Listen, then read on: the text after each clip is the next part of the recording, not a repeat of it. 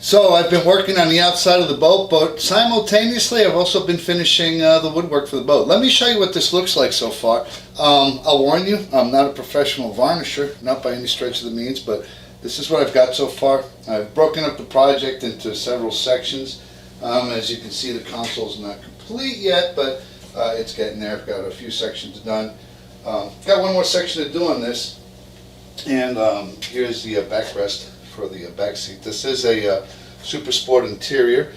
I'm pretty pleased with the way this has come out. So again, I warn you, I'm not a professional varnisher, but call me an amateur if you will. But I think that the results have been pretty good. So I'm just going to go over the steps. I've got a few pieces left that I haven't worked on yet, and what I'll do is I'm going to show you exactly how I've applied the sealer and then the varnish. I did use Totalboat Gleam 2.0. I'm really happy with the results. So let me get started and show you exactly how I finished this interior. I'm taking a little bit of a different approach with this video. There's a lot of sanding and painting and sanding and painting and sanding and yeah, more painting in this. So what I'm going to do is break it up into small segments, introduce each segment, explain what I'm doing, and as part of the segment there'll be some things that I'll highlight and point out. But let me go ahead and get started with this and show you how I've gotten this this varnish done. First thing I'm going to do is get 3 coats of primer sealer on. I'm going to do this within a 24-hour period. That way we don't have to sand between coats. The whole idea is to get a nice thickened base on here and cover up or get as much of the grain filled in as possible. So I'm going to go ahead and get this done. So this is the front bench of that Boston Whaler 13 I'm refinishing. I'm going to give this thing a wipe down with mineral spirits and to make sure it's perfectly clean. So let me go ahead and get that done. Let's flip this over. Now the other thing I'll be doing is using these painter's triangles, but I'm only going to do this for the initial coats of sealer, and I'll tell you why. My experience with these is that they're great, but if you're not careful, they also leave little dings in the wood. So you have to be really, really careful using these. Alright, so I'm getting ready to put the sealer on. I've got the sealer, and what I'm going to do is I'm actually going to thin it out to about 10% for the first couple of coats. Actually, just for the first coat. Got this piece of mahogany here, and let me go ahead and get started. I am going to use breathing protection. If you read the reviews on this, people say that it smells. Get you stoned as hell. I think the thinners that they use to make it so thin are probably pretty dangerous. So I noticed that the first time I used it, I wasn't feeling too good. Actually, I was feeling pretty good afterwards. But I'm going to use breathing protection. I value my lungs as well as my brain cells, so I'm going to go ahead and do that. I've found that these tongue depressors are really good stir sticks.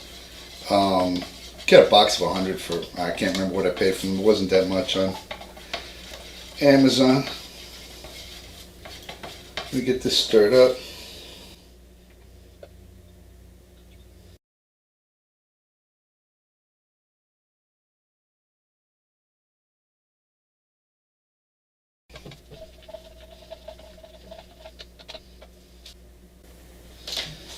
I'm going to get my chemical PPE on.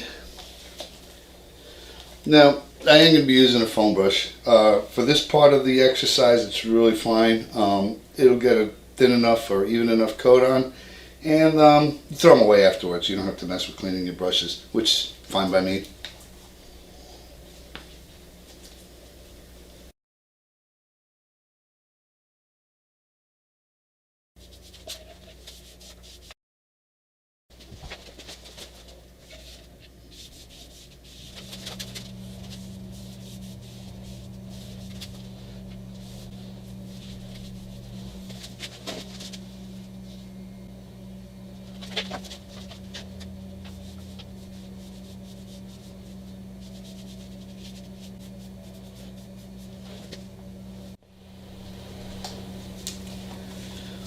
Alright, so I've got the third coat of sealer on. You see me looking at this sideways. It's really more pertinent when we're actually doing the varnish. What I'm doing is looking for dry spots. Inevitably, there appears to be dry spots whenever you roll a brush, and you want to cover those up, make sure that you get them all. Not as important, I don't think, with the sealer, but You'll see me doing that a lot, and we'll talk about lighting once we start varnishing.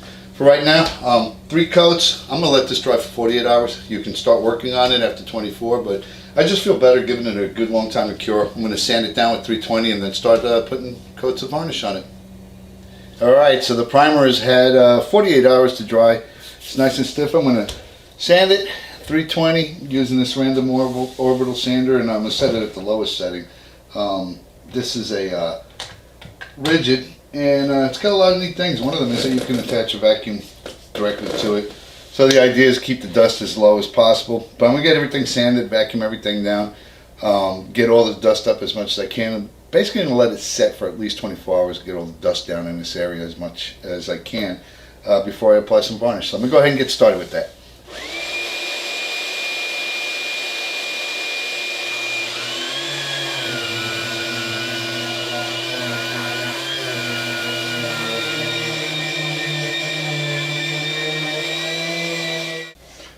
So the sanding is done on the sealer. I'm going to wipe everything down with a cloth, wipe down again with mineral spirits, and then finally, just before starting the lacquer, I'm going to go ahead and use a tack cloth to get the last bits of or remnants of dust off. The Totalboat Gleam 2.0, you can sand between coats. Not going to totally do that, but the first 3 coats, again, it's more to fill in wood grain than anything else. I'm going to roll it on, tip it in, and get 3 coats on without sanding. And we'll do this again less than 24 hours. So let's get this done. You'll see us. You'll see a fast action clip on this coming up next. I'll be working on the finished side, but I don't want to mar the other side. So these are out, and I'm replacing them with little pieces of 2x2s that I've cut. And the reason I'm doing that is to elevate it. I'm going to show you a little trick. One thing you'll see me do is I paint to keep drips from coming down the side. This initial coat on the finished side, I'm going to do the top as well as the sides. But as I do the sides, what I'll be doing after I get the sides done, I'll be wiping this, the bottom of the side down. And that's to get rid of any drips or sags. Once this side is finished and complete, we'll flip it over. And when I do that, of course, the sides will have been done already. So as we do the top or the bottom side, I'll do the same thing for the edges here, just to make sure we don't have any drips. So let me go ahead and get started. I'm going to use the Gleam. I'm going to run it through a little strainer, get it into the roller pan, and we'll start rolling and tipping this out. And hopefully we'll have a really nice day today. We could get 3 coats on and go from there.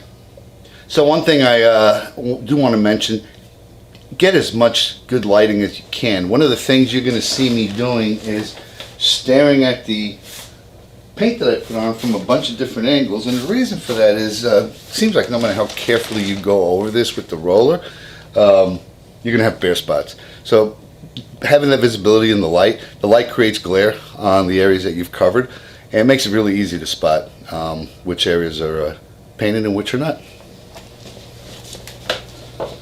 So we're going to get a nice even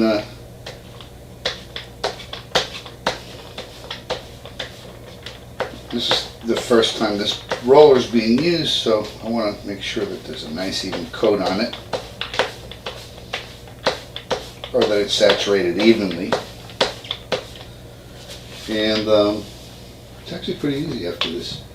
It does go a long way.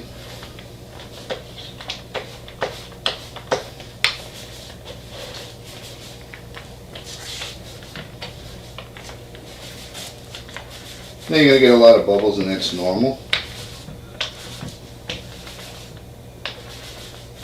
And what I'm doing is spreading this out evenly.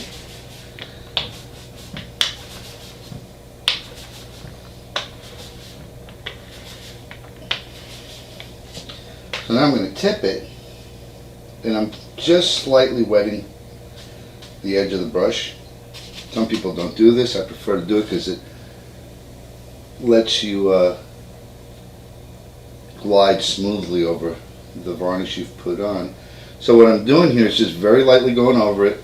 The purpose of tipping is not to put varnish or paint on an object. It's basically to smooth it out. And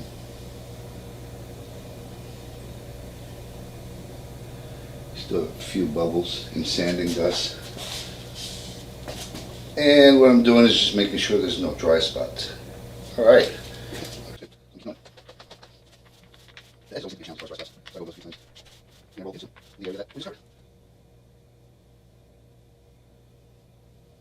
All right, so when I'm doing 3 coats in a day like I'm doing today, one of the things I do is I take some aluminum foil and I'll just reuse the same roller, leave it saturated, put it in aluminum foil and stick it in a freezer. And the idea is that much colder temperature keeps it from flashing off and curing.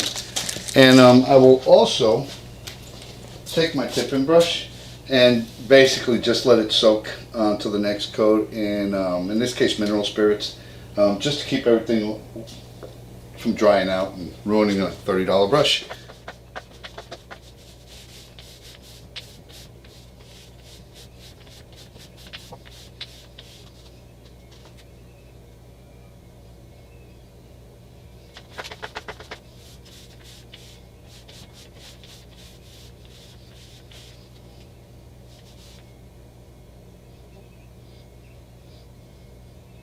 So now that we've got 3 coats of the Spar Varnish on, the next thing I'm going to do is sand. I want to get a nice even base because the next 3 coats, hopefully I'll have 6 coats of this all together, are going to be finished coats. One thing I do want to point out is that what I noticed when I was putting these 3 coats on, the varnish was getting stiff and difficult to work.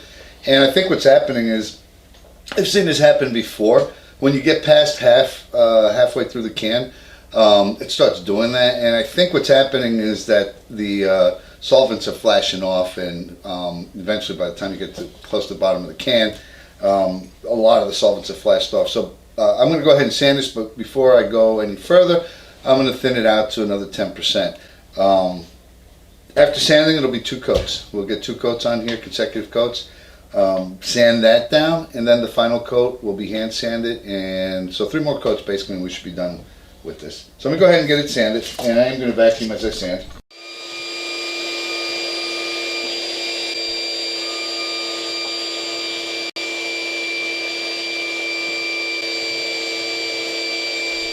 Alright, so I'm through with sanding. 2 more coats. I'll get this wiped down with some mineral spirits, hit it with the tack cloth, get 2 more coats on it, and after that we'll be ready for the final coat. Getting ready to put 2 consecutive coats on after the last 3. It's all sanded down. I've wiped it down with mineral spirits, hit it with the tack cloth, and I'm ready to get these 2 coats on. So let me go ahead and get that done, and we'll see what it looks like after that.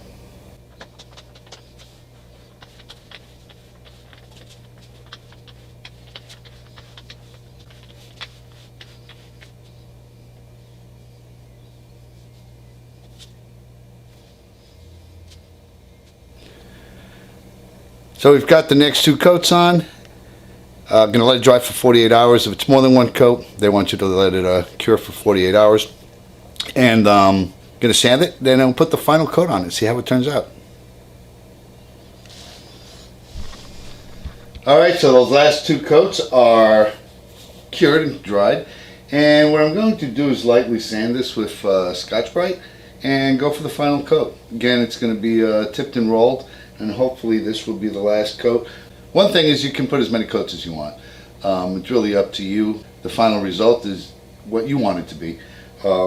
Typically what I do is once I see that all the grain's closed up, that there's no more little pores that are open for the grain, I'll call it done. And but you can certainly keep going and put as many coats as you want on. And as a matter of fact, most varnish manufacturers, including Totalboat, say that the more the better. So take that advice as you will, and let's get this 3rd coat on.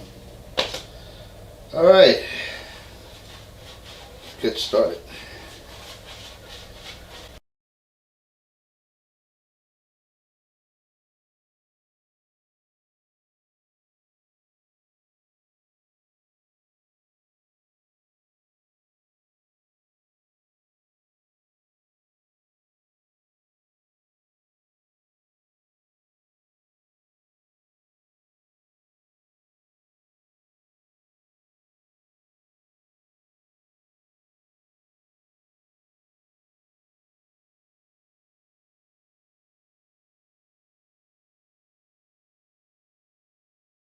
So after the 6th coat, I wasn't happy with the results. I still saw some open grain, so I went ahead and sanded and painted again, and sanded and painted again. I'm going to skip through coat 7 and kind of skim through the 8th coat and go straight to results to let you see how this came out, which the results I think are pretty good.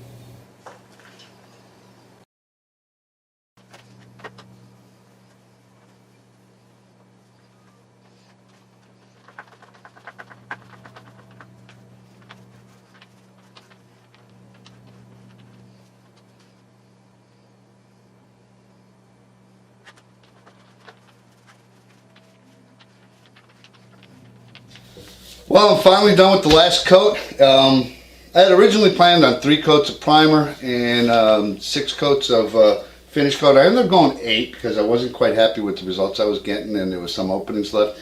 But I'm really pleased with the results.